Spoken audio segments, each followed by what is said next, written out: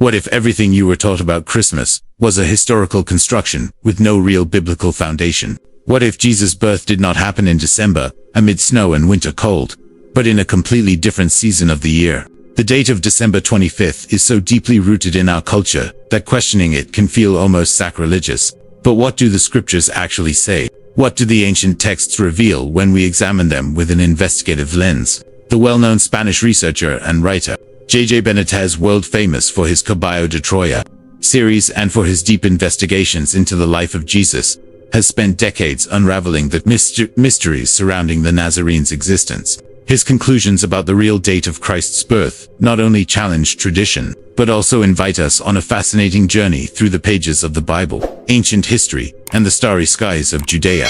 Today, we're going to explore 3 powerful biblical proofs that could forever change your understanding of when the most influential man in history was truly born. Get ready for a journey that will take you from the fields of Bethlehem to Roman records, from the temple in Jerusalem to the celestial configurations that marked that unique moment in human history. Because when the evidence speaks, traditions tremble.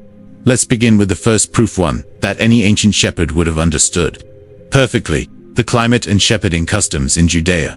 When we read the Gospel of Luke, we find an apparently simple description, but one loaded with meaning. And there were shepherds living out in the fields nearby, keeping watch over their flocks at night. This line, which we've heard 1,000 times in Christmas readings, contains a climatic and cultural truth the ancient inhabitants of the Holy Land knew by heart.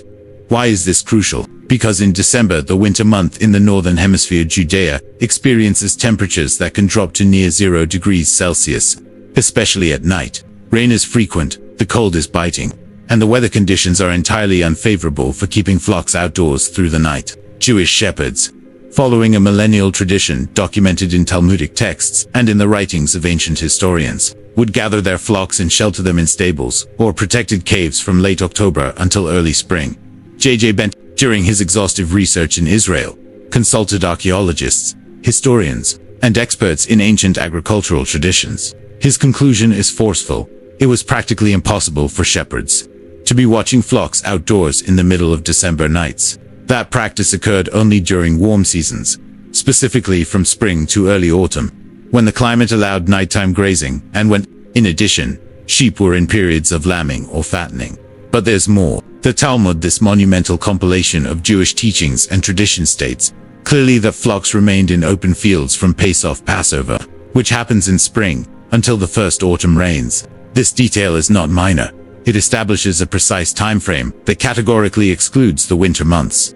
If Luke says there were shepherds watching their flocks in the fields, he is giving us, without intending to, an invaluable chronological clue. He is telling us that Jesus' birth could not have happened in December. So why do we celebrate Christmas in December? The answer takes us to the strategies of the early church to Christianize pagan festivals. December 25th coincided with Sol Invictus, a Roman festival dedicated to the sun god, and with the Saturnalia, celebrations of great importance in the Roman world. By placing Christ's birth on that date, the church made it easier for pagans to convert to Christianity, absorbing and transforming already existing celebrations. But that political and strategic decision had no biblical foundation whatsoever. Now let's move into the second proof, perhaps the most technical, but incredibly revealing: the Roman census of Quirinius. Luke gives us a specific historical detail that for a long time was a point of controversy between skeptics and believers. In those days, Caesar Augustus issued a decree that a census should be taken of the entire Roman world. This was the first census that took place while Quirinius was governor of Syria. For decades, critics used this passage to discredit the historical reliability of the Gospels, arguing there was no evidence of such a census. But 20th century archaeological discoveries radically changed that perspective. Documents were found confirming not only the existence of regular censuses in the Roman Empire, but also specific references to Publius Sulpicius Quirinius as governor of Syria in 2 different periods. JJ BENÍTEZ, with his characteristic investigative rigor, analyzed these findings in depth. Roman censuses were not improvised events. They followed strict protocols and specific calendars. And here is what's fascinating. The Romans did not conduct censuses during winter, because they required people to travel to their cities of origin to register, and winter roads were practically impassable. Roman routes, advanced for their time, turned into dangerous mud paths during the rainy season, forcing the population to travel under those conditions, was not only impractical, it was economically disastrous. Historical documents in Egyptian papyri that survived to this day show that Roman censuses were typically carried out after the harvest, between late summer and early autumn, when roads were dry, the weather was favorable, and people had already completed the most demanding agricultural work. This schedule allowed for efficient tax collection based on that year's agricultural production. If Joseph and Mary traveled from Nazareth to Bethlehem because of a census, that journey could not have happened in December. Mary's advanced pregnancy made winter travel in harsh conditions even more unlikely. Historical logic, combined with archaeological data, points to a very different window, probably between August and October, when travel conditions were best, and when Rome would, in fact, organize such registrations. But Benítez goes further in his analysis. He connects the census to another crucial event, the Feast of Tabernacles, or Sukkot, one of the three most important Jewish pilgrimage festivals. This celebration takes place in the 7th month of the Hebrew calendar, roughly equivalent to September or October in our calendar. During Sukkot, thousands of Jews traveled to Jerusalem, and the region experienced a massive movement of people. It wouldn't be strange for the Romans to take advantage of this natural flow to carry out a census, making registration easier for people already traveling for religious reasons. Luke mentions that Joseph and Mary found no room in the inn. This detail takes on new meaning if we consider the trip may have coincided with Sukkot. During that festival, Bethlehem, located near Jerusalem, would have been packed with pilgrims. A lack of lodging would not be unusual at all. It would be the norm during one of the busiest weeks of the Jewish religious year. This overlap between the Roman census and a major Jewish feast is not coincidence. It's a historical clue that brings us closer to the true date of Jesus' birth. And now we arrive at the third proof, perhaps the most spectacular and poetic of all, the Star of Bethlehem and the celestial signs. Matthew tells us that Magi from the east, students of the stars and the heavens, followed a celestial sign until they found the child Jesus. For centuries, this account was considered merely symbolic or mythological, but modern archaeoastronomy, combined with celestial simulation software, has made it possible to reconstruct exactly what the night sky looked like more than 2,000 years ago. JJ Benítez, fascinated by this aspect, worked with astronomers and experts in ancient skies to determine which significant celestial phenomena occurred around the probable time of Christ's birth. The results are astonishing. Between 7 and 2 years before our era, the sky witnessed a series of exceptional planetary conjunctions events that Chaldean and Persian magi, skilled astrologers of their time, would have interpreted as signs of cosmic importance. One of the most notable configurations was the triple conjunction of Jupiter and Saturn in the constellation Pisces, occurring in 07 BC, visible to the naked eye. This event was extraordinarily rare. Jupiter, considered the king of the planets, met Saturn 3 times within the same year. For ancient astrologers, Jupiter symbolized kingship, Saturn was associated with the Jewish people, and Pisces symbolized the land of Judea. The interpretation was clear. A great king had been born in Jewish territory. But here comes the crucial time detail. This triple conjunction began in May, reached its peak between September and October, and concluded in December. The Magi, observing these signs from Mesopotamia, would have begun their journey following the phenomenon. Travel time from Persia or Babylon to Judea took several months. If they followed the star from its appearance, they would have arrived in Bethlehem precisely during the autumn months, aligning perfectly with the other two proofs we've explored. Other astronomers suggest a different conjunction, Venus and Jupiter, in 02 BC, which would have produced an exceptionally bright light in the eastern sky. This phenomenon also occurred in June and August, again pointing to warm months, not winter. Benítez argues, based on these astronomical studies, that the star was not necessarily a single object, but a sequence of celestial signs that guided the Magi over months. And all these signs point to a specific window, late summer into autumn, likely during the Feast of Tabernacles. There is also a deeply beautiful symbolic layer to this date. The Feast of Tabernacles celebrates how God dwelled among his people in the wilderness, living in temporary tents or tabernacles. The Gospel of John uses a fascinating Greek expression when speaking of Jesus, and the Word became flesh and dwelt among us. The Greek word translated as dwelt is es, which literally means tabernacled or pitched his tent among us.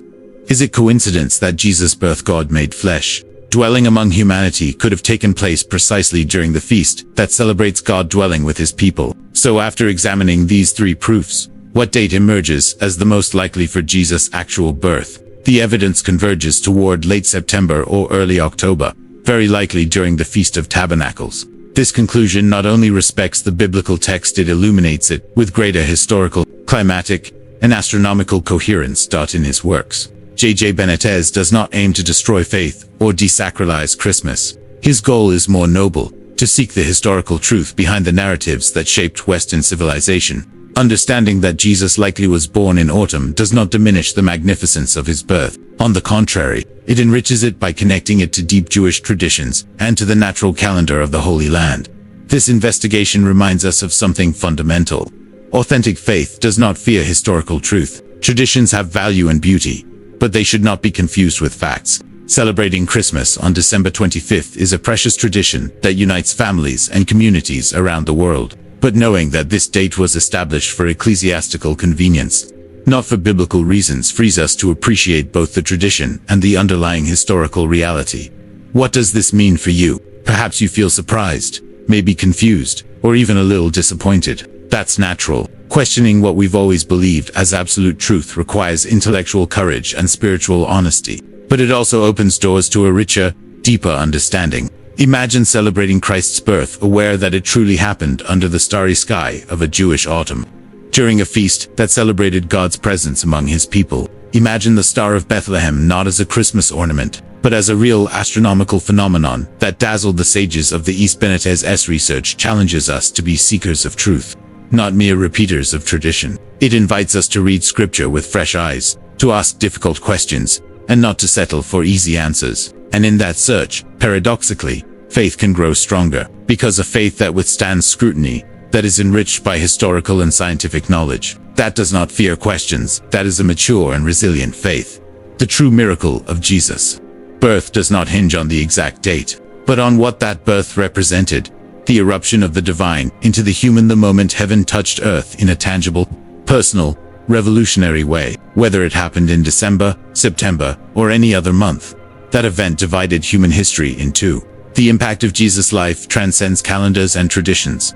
So should we stop celebrating Christmas in December? That is a personal decision. What this investigation offers is context, understanding, and depth. It allows us to celebrate with greater awareness, knowing we honor a real event that happened in a specific time and place. Under circumstances we can now reconstruct with remarkable precision.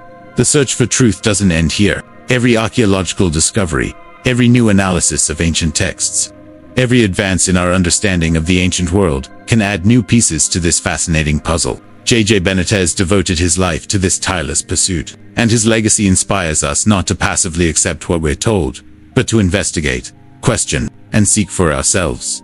The real date of Jesus' birth is more than a historical detail. It is a doorway into a deeper understanding of the Gospels, of the Jewish context in which Jesus was born, and of how Christian traditions developed through the centuries. It is a reminder that historical truth and spiritual faith are not enemies, but companions on the path to a fuller understanding of our religious and cultural heritage. So the next time you look at a nativity scene, when you hear carols talking about snow and winter cold, remember, the true birth likely happened under an autumn sky, with shepherds who truly could be in the fields, during a census that made logistical sense, and beneath stars whose configurations we can still calculate with mathematical precision. And somehow, knowing this makes the event even more real, more tangible, more beautiful.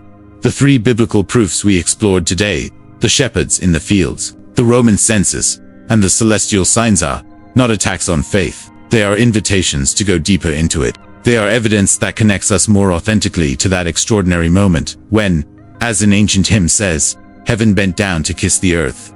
And are you ready to question what you've always believed? Are you willing to seek the truth beyond comfortable traditions? The real story of Jesus' birth is waiting for you, not in December lights and ornaments, but in the dusty pages of ancient history, in the shepherds' fields of Judea, in Roman records, and in the starry sky we can still reconstruct today. Because in the end, the question isn't when we celebrate, but why we celebrate. And the answer to that question goes beyond any date on the calendar. If this investigative journey has sparked your curiosity, and you want to explore these historical mysteries more deeply, I invite you to subscribe to this channel and turn on the notification bell so you don't miss any new content. Share this video with friends and family who also seek answers beyond established traditions. And tell me in the comments, were you surprised by this evidence? Did it change your perspective on Jesus' birth? What other biblical mysteries would you like us to investigate together? Your opinion enriches our community of truth seekers. Leave a like if this content made you reflect, and I'll see you in the next video, where we'll continue uncovering the best-kept secrets of sacred history. See you soon.